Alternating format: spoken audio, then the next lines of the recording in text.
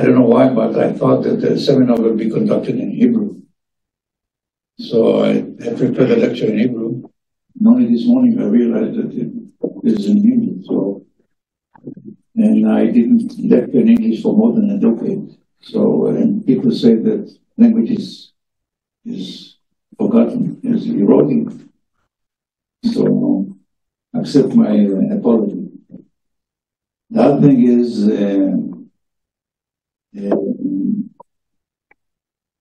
about my discipline. I'm a psychologist. My major area of research is leadership.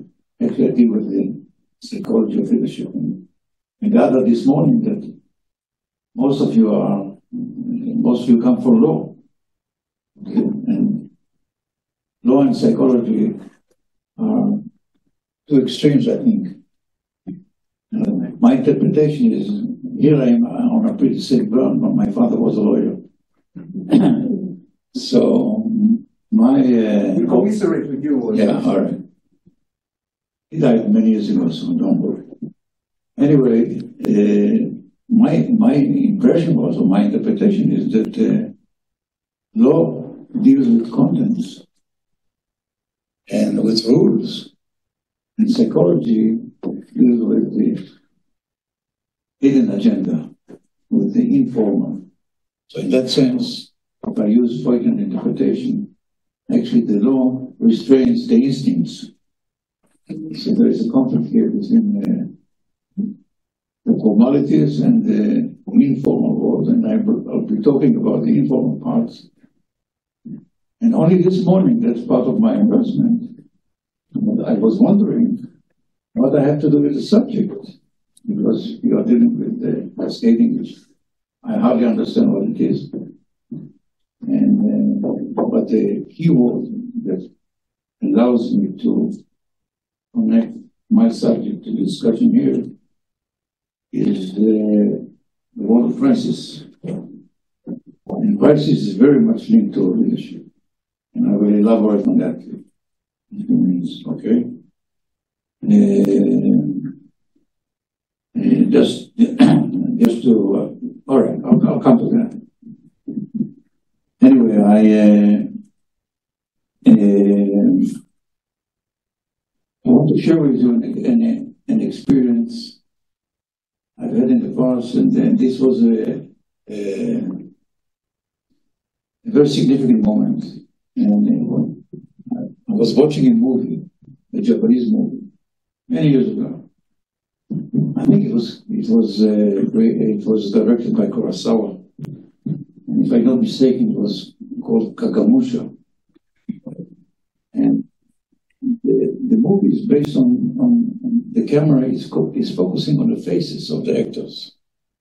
And there is in my mind, unforgettable scene that you see a group of soldiers moving along the valley, and the camera concentrates on the face of the first soldier, and he is so exhausted, his face are so, I mean, you can smell his fatigue, and he walks slowly, and he's red, and his eyes are narrow, and he comes to the curve of the body, and he looks up on the hill, and he sees his leader sitting, and you see how his face changes dramatically, as if he was getting an injection of energy, as if the leader injected him energy.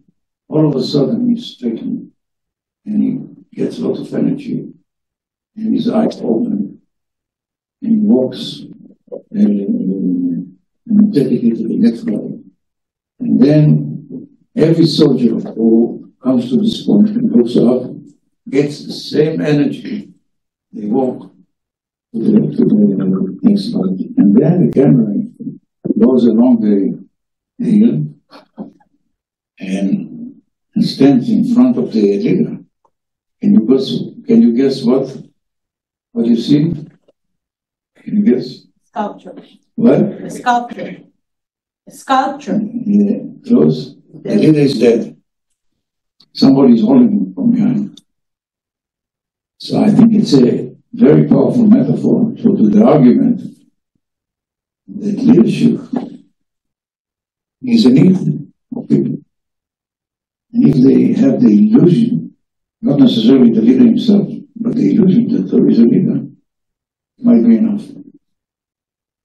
You can call it a story, you can call it projection, I'll come into it. But people need it.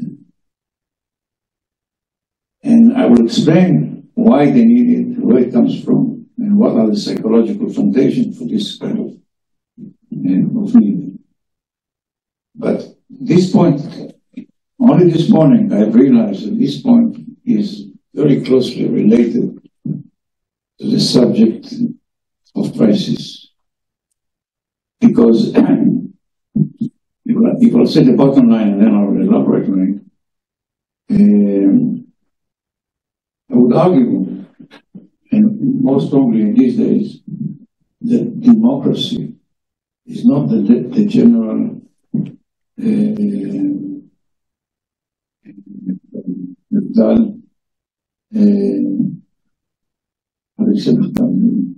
an act of omission? No, Not in the sense of not omission. There is no such word in English. default. It's not a default. Democracy is not, this is a very important statement, democracy is not the natural default. The natural default is to seek and to long for king, for Messiah, for leader, for God. This is the natural default. And if I remember, if I recall correctly, there are 195 countries, states in the world now. Only 24 of them are full democracies. And we are familiar with the examples of Hungary and Turkey and Venezuela. But there are many more countries that actually are democracies in regression. They become less and less democratic. So what I'm saying is that we in the Western country, world, tend to see democracy as a natural regime or natural way of life. It is not. And we see it very clearly in times of crisis. The example of Germany is the most known or more famous and most studied. But it's not the only case. There are many cases. I read the paper sometimes ago. And the researcher, Herzl, his name was, he showed that 40 dictatorships were formed because of crisis. Actually, so this is the natural longing to have a father figure, to have someone who will protect me, who will take care of me, and who will liberate me from all my concerns and so on. So this is the pattern. And all the rest is because of a struggle against this. It's like somebody who is fat. This is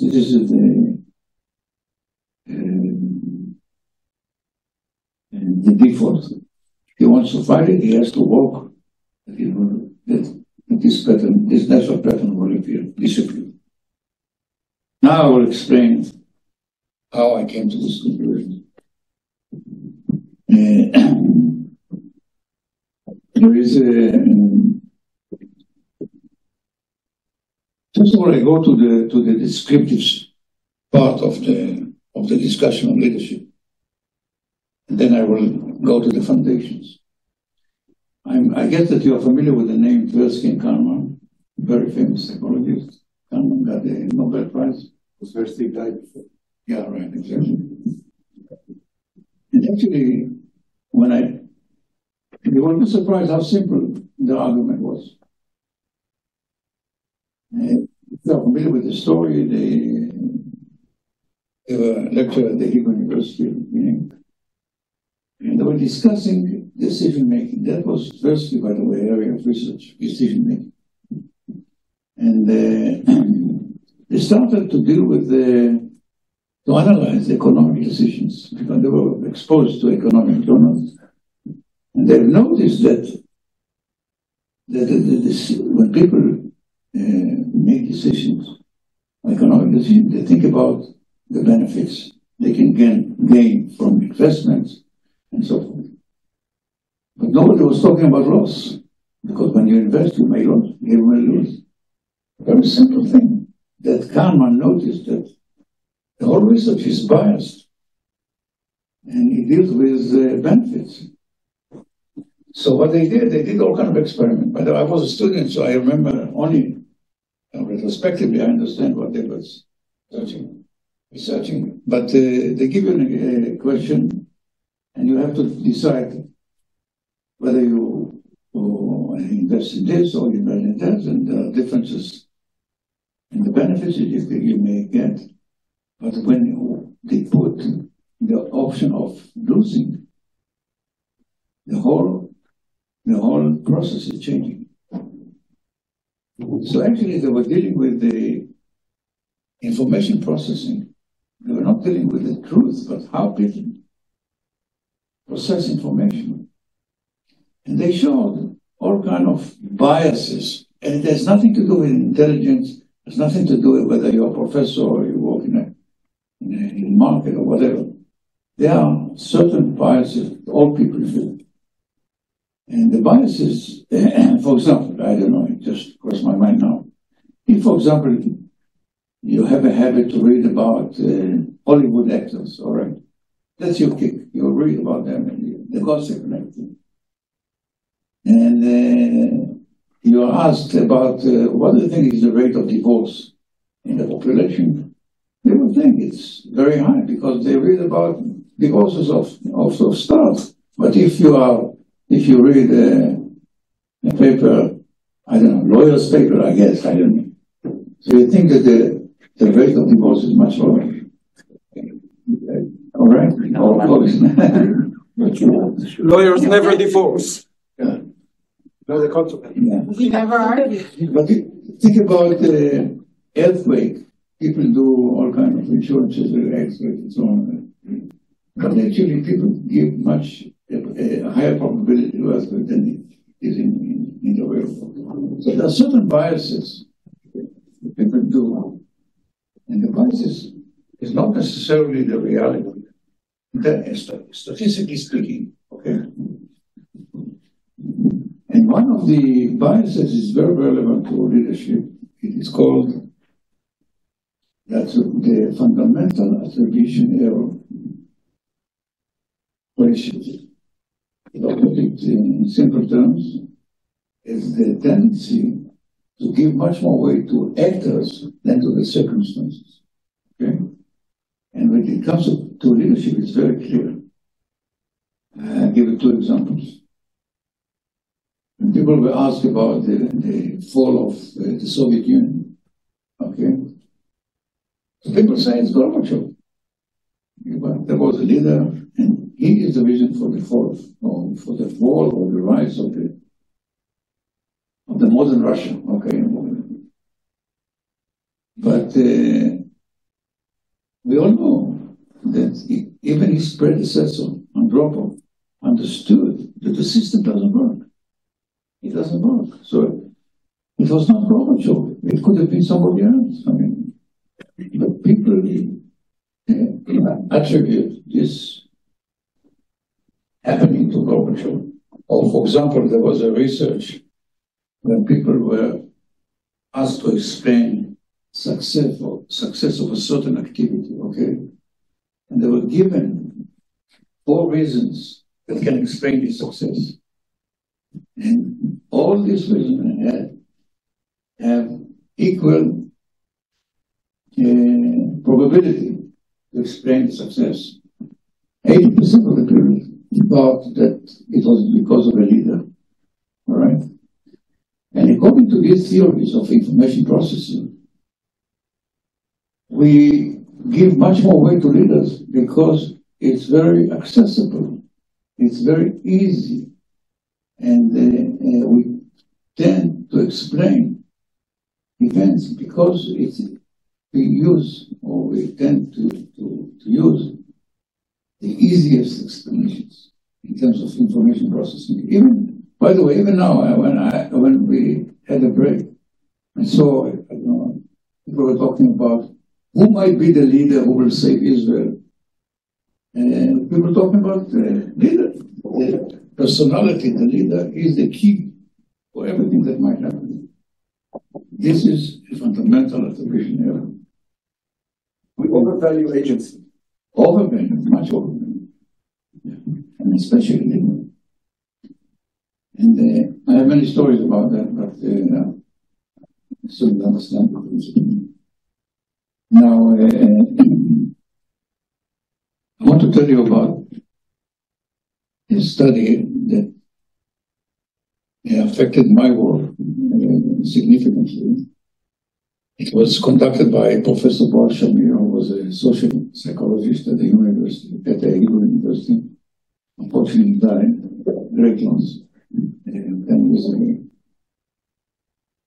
So, what he did, he took 300 students from the Hebrew University, and he asked them to choose a close leader. Close leader is someone with whom you had interaction. You saw him, you had a face-to-face interaction with him. And most of the students chose either the commander in the army, a teacher, and a guy from the youth movement. These were many choices were and he asked them to write adjectives about these leaders. Okay? And then he asked them to choose a distant leader. A distant leader is someone you think he's a leader, but you never met him. You were exposed to him either through the media, movies, books. Most students chose 3 leaders. One of 3 leaders, Ben-Gurion, of course, Begin, and Rabin, and then he asked them to give adjectives that describe the distant leader and the close leaders. Now he analyzed qualitatively and quantitatively, because also a statistical study, the differences between the adjectives given to the close leaders and to the distant leaders. What did he find? Can you guess? Is it the same? So what are the differences, if there are? Personal. Close leaders' personal attributes. Can you be more specific? Humanity, compassion. These are, okay. All right. Another guess? I think that people will be more critical of close leaders. It is reflected in the adjectives. No. So basically, even though it's more complicated, but basically, the close leader were described by, I call it behavioral adjectives. They describe behaviors. For example, personal example, how they behave. And the adjectives that were attributed to the distant leaders were more abstract. For example, ideology, rhetorics, stuff like that. Okay? So, my argument is that the theory of leadership, of close leaders, or distant leaders, are not the same. This is a different story. Talk about close leaders, we talk about certain kind of leadership which is based mostly on behaviors. You are affected by the behavior of the leader. It can be clearly seen in the army, for example. Here I'm on the safe ground because in the past, many years ago, I was the commanding officer of the IDF leadership school. And when they talk about leaders they appreciate, they talk about how he behaved, and they are affected by his behavior, okay? But you do not see the behaviors of the distant leaders. And if you see behaviors of distant leaders, usually it's predetermined by their communication and by their advisors and all kinds of things that they do in order to present certain aspects they wanted to be exposed to. So actually, when I talk about distant leaders, my argument from the beginning of the speech, this lecture, is more valid or more expressed more vividly. I'll give you an example. Before that, there is a term in psychology, which is a very central term, very significant term. It's called projection. Are you all familiar with that? Or should I explain it? I'll give you an example. I don't know how it's done today, but many years back, part of the entry examination to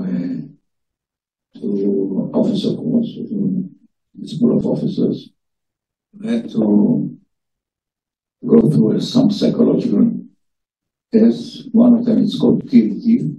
You know, maybe some of you are familiar with it.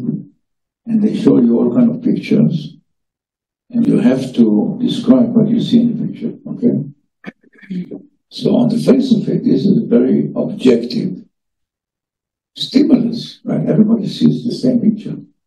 But the stories are different. Even though it is the same picture. As if you see the door, everybody sees the door. All right? We see the same thing.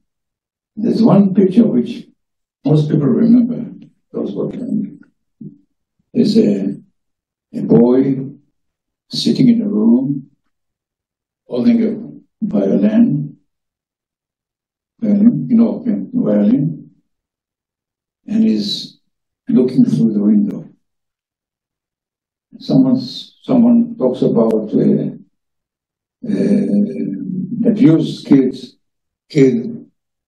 His mother forced him to play the violin, and he listens to his friend who are playing football, and he is cursing his mother and so on. Another one says he looks out the window and he thinks about the unbelievable musical career he will develop and so on. Everybody brings different aspects to the same interpretation, to the same stimulus. So actually, people bring their inner world into the interpretation of this story, of this picture. This is called projection. Basically, you project onto something your wishes, your anxieties, your fantasies, whatever. Okay? And my argument is that the more distant is the leader, you don't see him. He is a more projected figure. You project on him. You put on him your desires. You put him in your feelings, which is not necessarily the case. I have an association. I had a history teacher in high school. He used to say that it's written in the Bible that God created the earth, the nature, and the man. He used to say the first thing is that people created God. It's very relieving. It's a relief to trust on someone who will take care of you. You can count on him. he will protect you, and so on and so on. I see it even now, as I said during, it's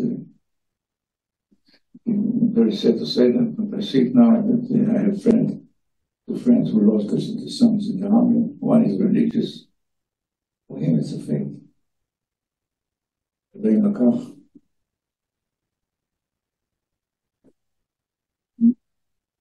Easier for him to accept this. So, and here is the danger of leadership, because, and that's one of my conclusions. When people ask me, what is the real theory of leadership? I say, the real theory of leadership is not about the leaders, it's about the followers. The true, or the real theory of leadership is a theory of followership. If you want to understand the phenomenon of leadership, study the followers, not the leaders. Because sometimes, in extreme cases, we see it very clearly, they are simply a creation of the followers. And when people ask me, I don't want to talk about the Israeli politics, but when people ask me about Trump, what do you say about Trump? You deal with leadership. How can you explain Trump? So I say, I'm not concerned about Trump. I'm concerned about 75 million Americans who voted for him. Here lies the story. Now, I will elaborate more about this argument.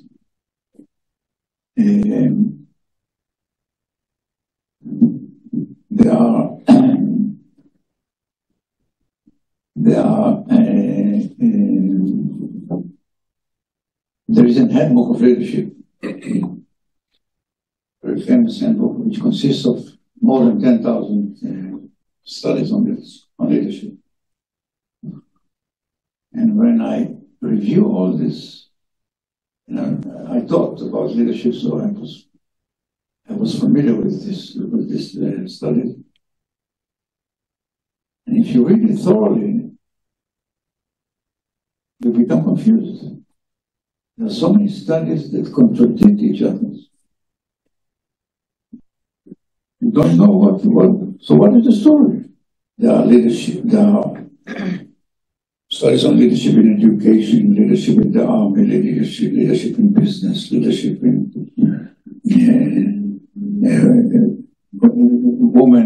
women leadership, and you name it. Yes.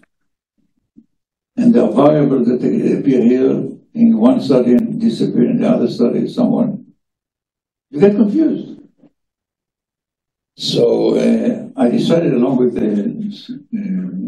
student of mine, to go to the basics, to go back and to see what are the foundations of leadership. And we decided to start with the animal in the forest. And there's no all these cultural variables and all this information processing and biases and so on and so forth. And leadership is there. You can see it clearly. A group of chimpanzees is headed by someone. Somebody is leading them. So who will be the leader of this group? Usually it will be the one who is strong. And why he is the leader? Because he protects the group. So this is a survival instinct. The foundation of leadership, the very, very foundation, very fundamental elements of leadership lie there. We call it competence. Competence which is related to survival. If I'll take this example to Homo sapiens, okay? Our ancestors, they follow the one who thought that he will lead them to the water. He had the competence which is required for the survival. Okay, so they will follow. Now the element of competence is very delicate, and I want to make it clear. I'll take it from, I don't know, an association. I should have said at the beginning, I'm a very associative person. Don't worry, I'll come back to the argument. For example, if you have someone in your family who needs a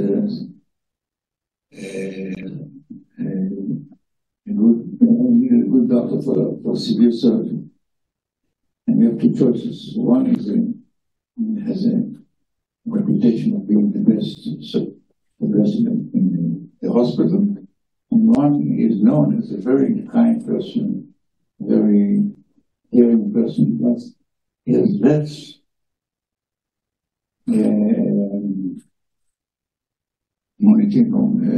Reputation. His reputation is not so bright as the other one, which is known as the best, but he's rude and he's impatient and so on and so forth. What would you do? Take the one with a strong reputation on the record. Right. I think most people will take the one who is considered more competent, because this is a question of survival. I said, all right, I will absorb the insult, I will absorb the attitude, but if he's the best, I'll go to him. Because, all right? So, here it's very clear, but also people sense that method, the method of competence, they sense it. And one of the ingredients of trust in leaders is this kind of feeling that I can trust this guy because he's very competent. He knows what to do. Now, it's very clear when it comes to close leaders. I saw it many times in the army. I was not in the army. There were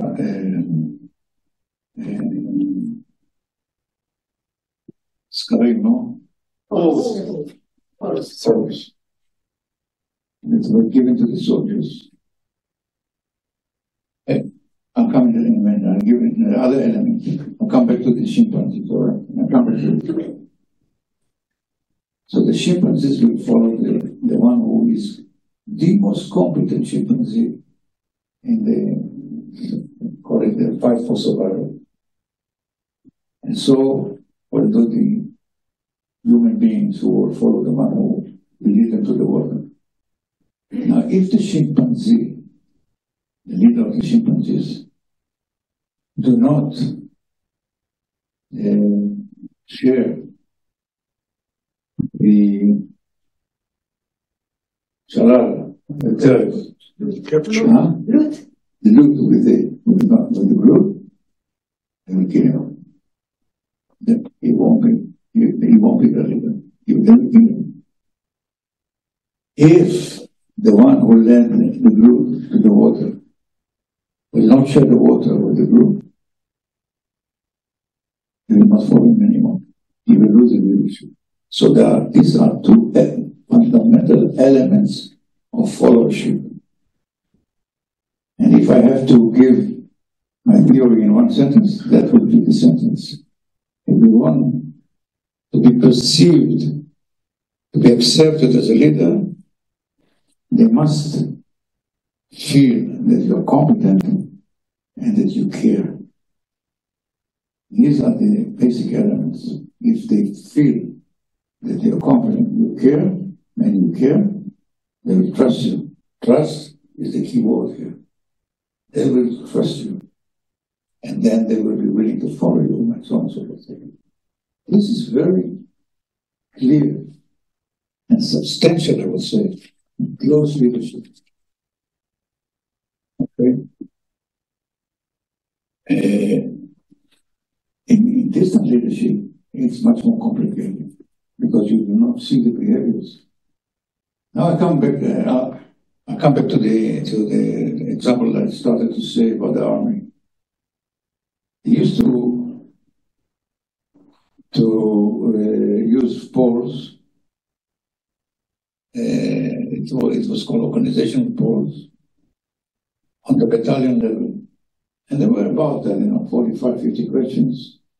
It's related to all aspects of life in the battalion, food,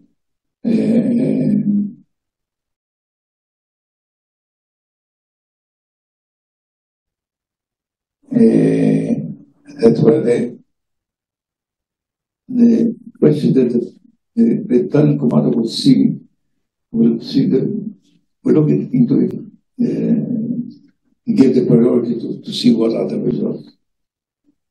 One is how much soldier is asked how much you will trust or you will be willing to follow your leader or your battalion commander in a situation of war, in a combat situation. Okay, and that was the most important question for the battalion commander. But they used to say, and I say justifiably so, these questions indicate on my leadership more than anything else. Okay? If more than 90% of soldiers would say that I will trust him in combat situation, he would say, I'm in a good position. I am my leadership. Now, but there were two questions. They were highly correlated with this variable, with this question. One is how professional the battalion commander is in your eye. What is professional competence? When you ask the soldier, when I talk about the competence of the battalion commander, what do you think? He said, he will know what to do. I trust him because he will know what to do. And the second question, to what extent you think the battalion commander cares about you? If these two elements appear, then the battalion commander is trusted, his leadership is trusted. Can I ask a question? Sure. So, this is how they are perceived. What's the correlation between the actual capacity and the perceived one? And I assume that caring is also something. I'm saying in close. Do they need a PR person, or do they need to change it? That's a very good point. Richard, to some extent, is a major point. In close leadership, there is no PR because people see you. They see you in the training. They see you along the borders. They see you all the time.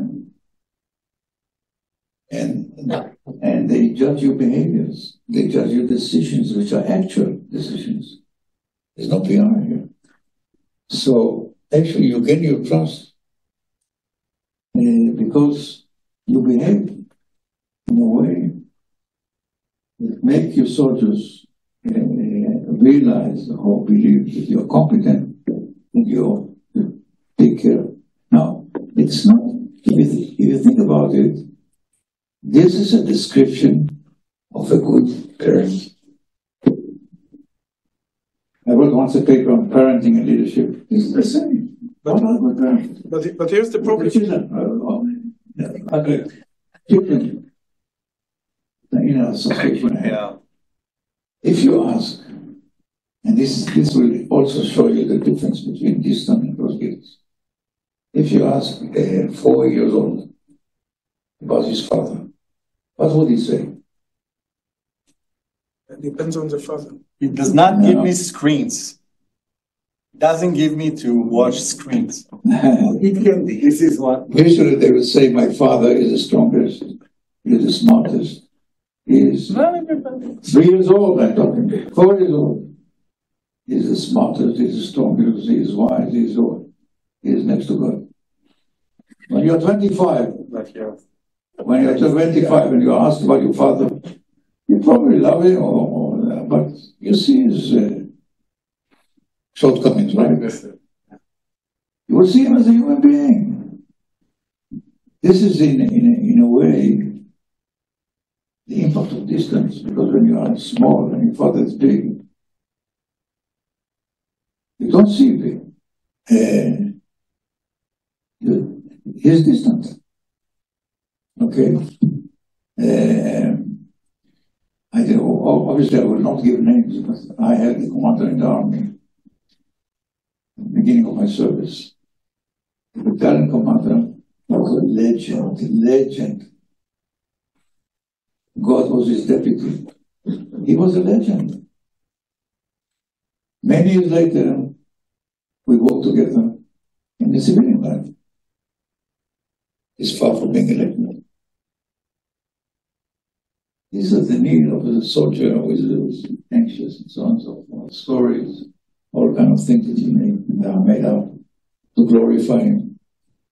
And by the way, there are many studies who deal with the process of glorification. Leadership is very much glorified, especially distantly. Now, here is a distinction which is very important. I distinguish between being a leader, I'm talking about distant leader, and winning a campaign. Different ballgame. Now, I'll give you two examples. There is a phenomenon which is presented as a phenomenon in the literature. It's called the Warren Harding mistake. Warren Harding was president between 1920 and 1922. And the way he was elected is, unbelievable. He met Machiavelli guy of the Republican Party. They met in a conference. Harding was from a small town in Ohio. And he was very impressed by the looks of he was a very good looking man. He's a strong voice, very charming. And he said, "We have a president, Machiavelli." I forgot his name. Loyalty was his name. An Irish guy. So he ran him to the convention of the Republican in Chicago in 1918, and he was elected in the convention. 2 years later, he was elected as the president of the United States. He's rated by historians as the worst president ever. No, we have. I don't know. No. I don't know. Wait a little while. We'll wait. Even though we don't have patience, but yeah. But in fact, according to his biography, according to the description in his biography, he didn't even want it to be. He didn't even want to be a president. His wife wanted to be president. He was drunk. He was womanizer. He hardly came to the meetings and so on and so forth. Luckily for the Americans, he got a stroke after 2 years and he died. And but when you read all the machine, but when you read the machinery of this, actually they sold him a campaign as if they sell, I don't know, a bottle of wine or whatever. And he was very good in the campaign because he was very charming. He was very appealing to all kinds of things. Even an opposite example. Harry Truman. I guess you're familiar with this. Harry Truman was the deputy of Roosevelt, Franklin Roosevelt, who served for 4 terms. And he chose Truman, who came from Missouri, from a very peripheral area, to be his vice president, because he was very humble and he will not interfere. He will conduct all the ceremonies and he will shake hands, and he will visit all these families that Roosevelt didn't want to meet them and so on and so forth. It so happened Roosevelt died in 1945, in April 1945, and according to the Constitution, Truman became the president. And all the historians who wrote about this time said there's not even a chance that Truman would be elected in a campaign. He was not charismatic. He won't be elected. It turned out that now he is rated by historians as one of the 5 or 6 best presidents in the history of the United States. It was excellent president. And he was not elected. So what I'm saying is to lead and to be elected, it's a different story. Now, when people ask me, and I don't have time to explain it, and ask me about Bibi or ask me about Trump, I say they are great campaigners, but they're in a campaign all the time. And that's the difference between to be a campaigner, a successful campaigner, and to be a true leader. Because when you are a true leader, sometimes you make decisions that are against the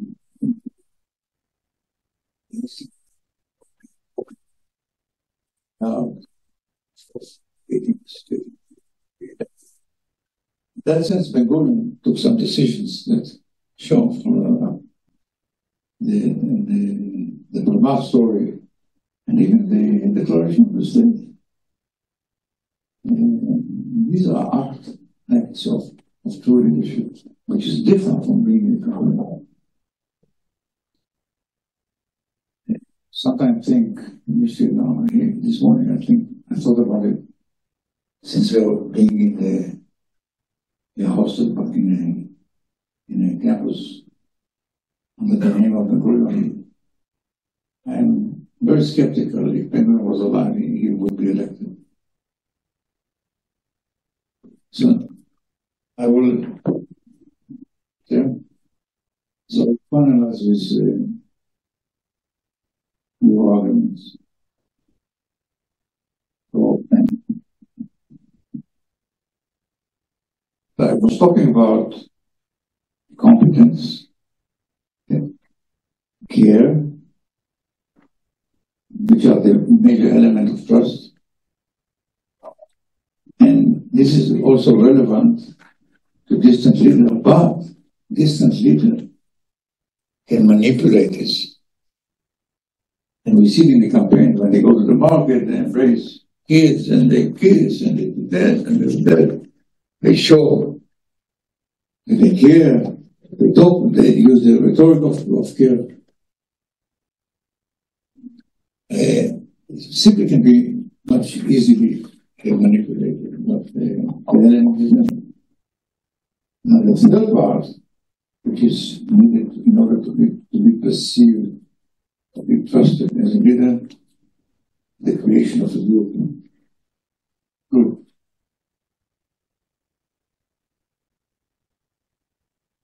It can be clearly seen when we talk about close leaders. The whole notion of team. If you go to high-tech, you go to elite union, so you see that leadership is very much expressed in building a team spirit, and the team is identified with the leader. Even by name, in certain units, for example,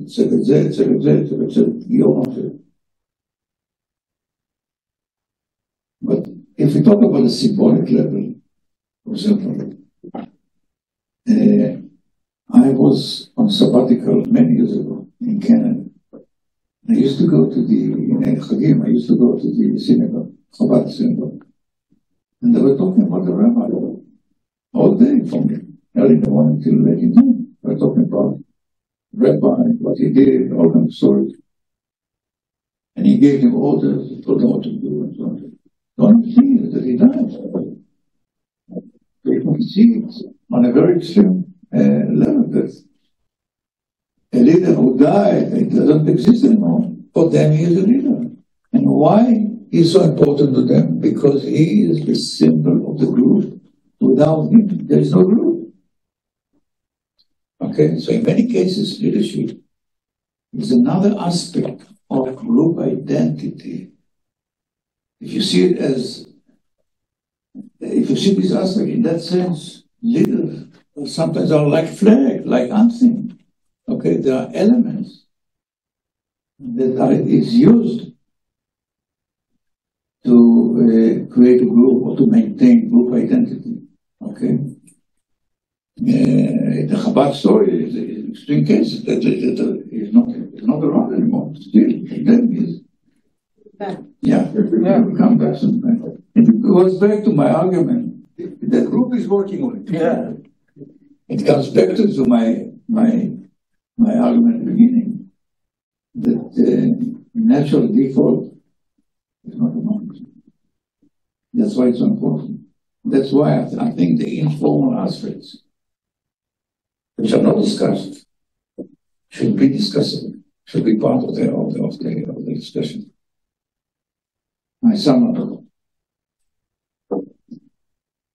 and this is true mostly to distant leaders. When I'm asked, so what is the components of leadership theory? So one thing is that it should relate to followership rather than to the leaders. And basically, the theory consists of three elements. One is the leader. The leader is a spark, the metaphor. The metaphor, that might be easier to explain. The metaphor of leadership, of distant leadership, is a fire. Fire. What is a fire? Fire consists of three elements. One is the leader who is a spark. Okay, he ignites the fire. Okay. The other element are the followers. The followers. Like in a fire, you have to have a combustible material, right? In order to ignite the fire. If there is no combustible material, the fire will not be ignited, right?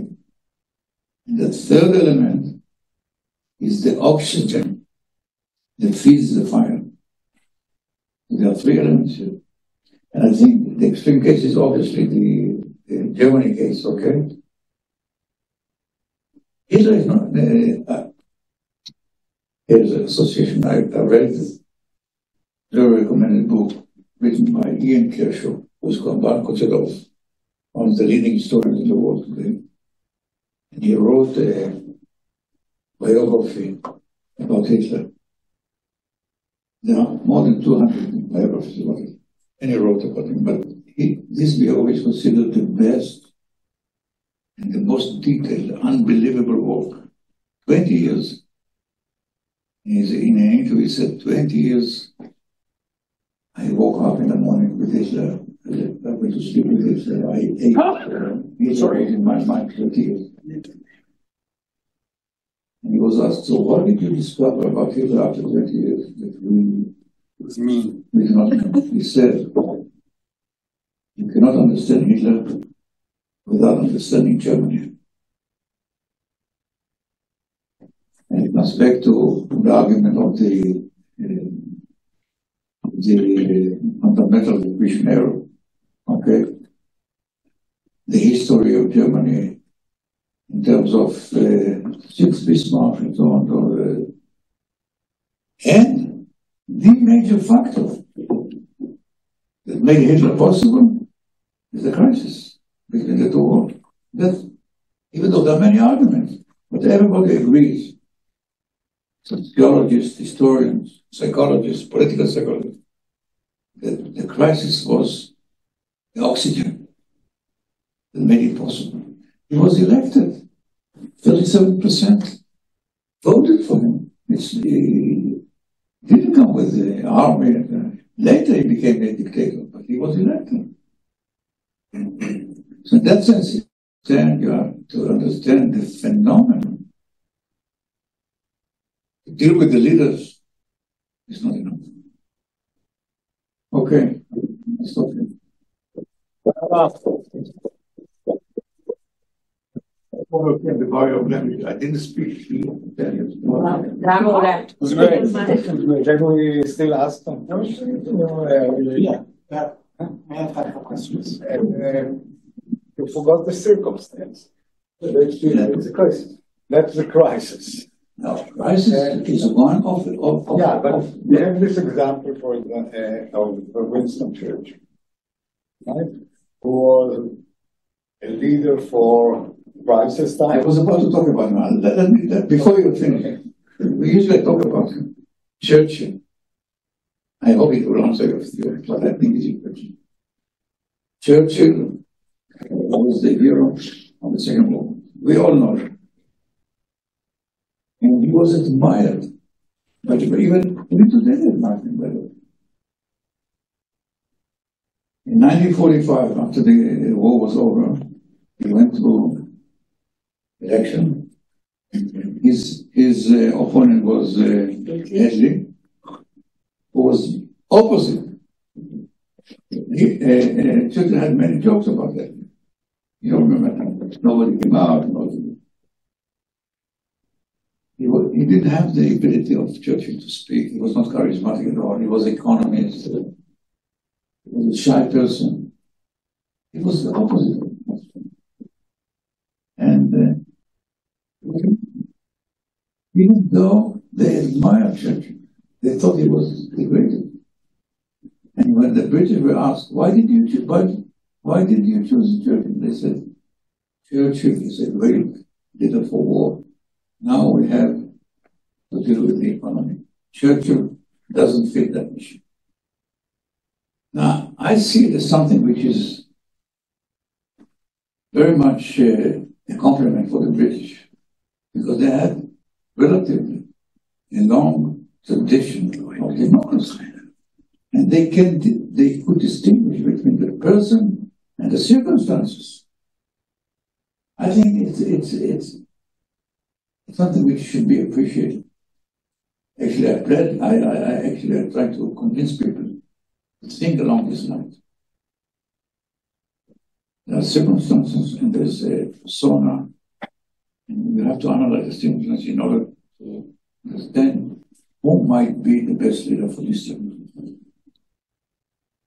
She is not the best leader, it would be cascading. Was it the decision of the British people, or was it a campaign by the other? No, I don't think the British realized that they need somebody who understands economy. He was economist, and they thought that Churchill will not do a good job when it comes to The results of the elections in Canada exactly. is exactly another example. It was twisted because of the sense of crisis. Totally. And By the way, the liberals in the polls didn't win. But since Trump changed and did his stupid policies, it was a perception of crisis. The crisis just began. I come from psychology. It's always the perception. In leadership, be learned. Can be done. Can it be learned? Oh, that's another lecture. I want to hear. No, but what I'm saying is, in two sentences, leadership can be learned, but I doubt if it can be taught. That's the difference. I have a question. Is a leader person, if we go to the Homo sapiens, if the leader is the person who leads the people to the water where they need, or is it the leader who identified that they want water and say, I can lead you to the water? Excellent.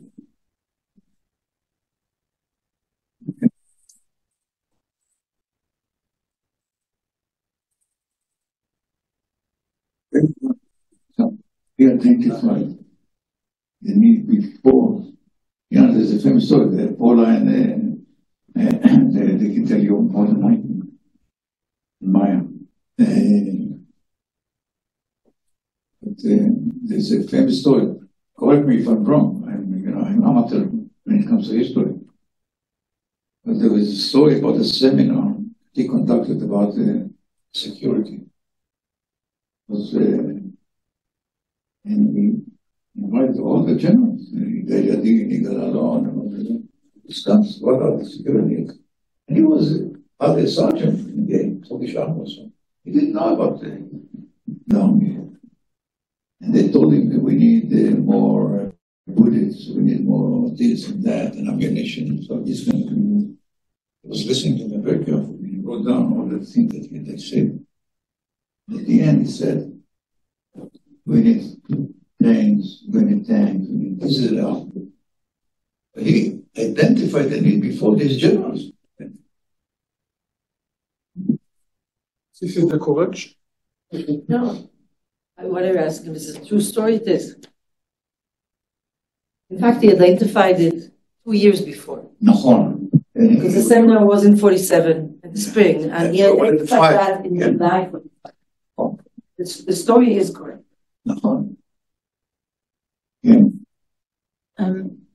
I think in the vast field of leadership studies, there are two specific sub-disciplines that are very tightly linked to our discussion here.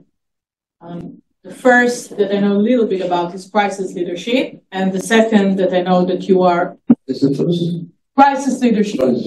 And the second that I know you're a very big expert on is what they call the dark side of leadership. And what I wanted to ask, and maybe we have time, so maybe you can elaborate a little bit, questions that are potentially, and I'm just throwing initial thoughts that are very, very much relevant to what we're talking about here.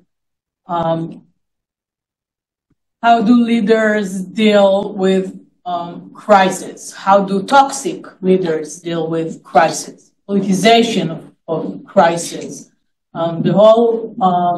This whole domain that I think is very tightly linked to the thing that we're trying to create here.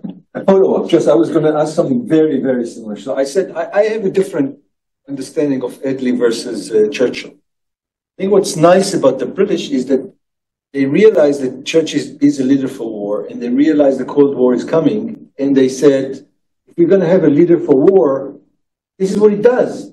Might be more war, and what we want is enough, right? The economy is also very important, but we don't want that kind of a leader whose instincts are more related. So I want to tie this exactly to my last question, because we know. What does it mean? It means that they identify the circumstances. Yes. No, I don't debate that. But I'm just saying they tie it back to the style of leadership that they reject, in the sense of here. So Schmidt has this notion of, why do we need a Führer? Because ultimately he's the one who's going to call on the exception. When do you have to set aside all laws and just work for the interest of the great nation, but basically you have to trust him. Now, some leaders exploit that. They say, I have an interest, a political interest, to keep the crisis going. I want to. So if this happens, so they misuse leadership. So how can we identify this, and what do we have to say about this? Not a separate subject, but let's start with the toxic leadership. Most people think leadership is something good. Leadership is a good thing. But leadership can be a disaster. We have examples in history. So leadership is not something which is good or bad. It's a psychological phenomenon. It can be good, it can be bad. Right? Sometimes, this is quite simplistic, but since I don't have time with it. Toxic leadership is a subject, is a heavy subject. If I have an opportunity, another time I will discuss it. But sometimes, in order to describe it simply, I ask people, young people, children age, young children, who are very busy with falling in love and all this, we all know it. And I had a discussion with them and saying, one of them suffered very much from love. He was in love with someone who destroyed him. It was a bad love. But I'm saying it's an emotional phenomenon. It's the same thing with leadership. You can fall in love with someone who destroys you. And we try to use rational terms to analyze emotional phenomena. But how does it correlate with what you said about capacity and caring? Caring. And look at the people. Perception. No, but fall in love with someone who destroys you. So, but it's a different kind of emotion. No? No, I'm saying it's a good question. Talk about close leaders. It's quite obvious. It's quite clear because they see you acting, behaving, making decisions. You not cheat. You can cheat for a while, but you not cheat. When it comes to distant leaders, there's PR and manipulation. There are all kinds of things. And if you talk to the advisors, they use the same motives, but they manipulate it. Okay? So in that sense, it's much easier for distant leaders to make you believe that they are competent. What? See, there are talks about Bibi. He is the most competent person in the world. Well, he is. I'm just kidding. No, I'm saying We are past laughing. I'll give you an example. Of a close leader. Okay. Are you with me? Yeah. I'll give you an example. Because competence can be sometimes tricky. I'll give you an example that will show you the essence of the term. I happen to know someone who was a battalion commander, and one of the most important competence is to navigate. If you navigate, and people think that you are good at that, they will trust you because they think that you have the important competence which is required. I happen to notice with this battalion commander, who is not very good in navigation. Actually, it's quite bad. And he always takes the best navigator in the battalion. He chooses him, and he says it to the people. I'm not so good in navigation, but I take the best one. He will be with me all the time. This creates a lot of trust. So you see the point? The point is not a technical point. It's a matter of trust. Now we're talking during the break, for example, about Franklin Roosevelt. We're talking about the channels of influence. But if we talk about creating a trust, he used a very interesting channel, we call it fireside chats. The fireside radio chats. Yeah, the radio chats, about 50 chats. He used to talk directly to the people, explaining them his consideration in a very simple English, using, like talking to a friend. Now, according to the polls, people believed Roosevelt, even from the Republican side, he was a Democratic, believed him more than to the newspaper and television. He was working on this. Going back to your... But what about misusing crisis? Generating pseudo-crisis, misusing crisis, continuing crisis to retain leadership. That's Hitler. That's not. That's okay. Crisis was his game. Going back to the beginning of your presentation, you talked about Kahneman and our natural inclination for the irrational. Not irrational. It's people tend to make this distinction, either rational or emotional. They didn't deal with that question. They dealt with the question of information processing. You make shortcuts, but shortcuts are heuristics are not. Heuristics is the key word here. Yeah. You make which are shortcuts. The main insight of Kahneman is that unlike the economic model, we don't behave rationally. We're biased. You're biased. And in a sense, I'm going to leadership.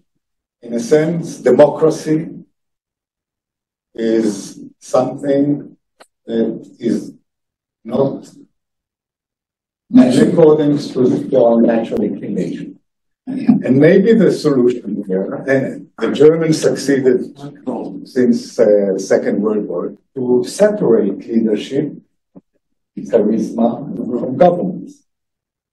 And maybe this is a recipe. Try to separate leadership from government. We don't need leaders in government. We need professionals or by lottery. The Greeks elected sometimes their government. But if you can structure it, that leaders will go to the pop leaders and football leaders, and but in politics, in governments, you will not have leaders. I embrace you. I absolutely agree with you. I think Germany is a good example. Japan is a good example. These countries have changed dramatically after the war. Democracy of the post-World War. This is a different Democratic elite. Yeah. These are different societies. Which is also connected to managing crisis. If you have technocratic crisis management, which we don't know yet how to degenerate. One of my, I don't have time, but I'm dealing very thoroughly, especially with my students. I used to talk about charisma, which is a key word when we talk about leadership. I was asking them, even names of leaders, and I wrote it down on the board. Then we started a discussion because of what in doing that. In fact, I personalized the phenomenon. And now we have a list of leaders. Everybody agrees that they are leaders and say, okay, let's see if there's a common feature to all of them, because what we are taught in the academia to find generalizations and models and theories and so on. And they do not find any aspect which is common to all of them. They are fat, they are thin, they are good looking, they are ugly. They are those who can speak beautifully, and those who are like Rabin who probably speaks. And if you want to see the common denominator, so to speak, when you think in terms of followership, in terms of the psychology of the followers, then you will find things that are common. Not in the leader itself. And now, two brief examples. On the list of my generation, and I've been asked to say who is the most charismatic leader in your eyes when I was, 20 or 23. My generation, I think everybody would say Dayan. You said Dayan, you said charisma. Dayan was the most charismatic leader at that time. I don't know, there were polls, whenever I went to, I don't know, in the jungles, I was asked where are you from, I said Israel. Dayan. Everybody knew Dayan. He was the most famous Israeli. Transfer everywhere. Now, it's not even mentioned. When I ask the students, give me names of leaders who you think are charismatic. It's not even mentioned.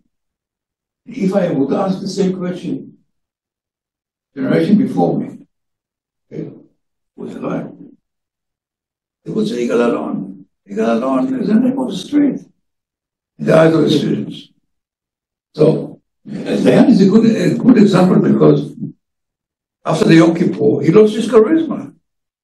He lost his charisma. So charisma, not an objective aspect. If you are tall, you are tall. You are tall everywhere.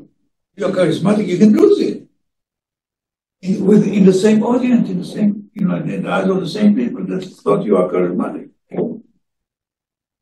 It's a very elusive factor. The whole thing, the whole longing for someone who is charismatic, my eye, it's a bullshit. But in crisis, you need a certain type of... In crisis, it comes out. Intensively. Technocrats cannot, I mean, you have to be a very special technocrat to be able to assure the people that you're handling the crisis. In order to generate trust, right? In order to generate trust. It's really, it's not easy. So last sentence I will go along with the earlier remark. In my mind, the challenge is to build a system. A system, that's a key word. System that does not depend so much on a certain individual. And the system. What you can call a system, we call institutions. Institutions and Institutional design, yes. Process. No. Separation of power. But the discussion goes. Rule of law. But the discussion goes, I think, my impression, it goes to crises like war and so on. So, but the countries, the war, the scene of war is unprobable. I think the crisis should be more discussed. Thank you.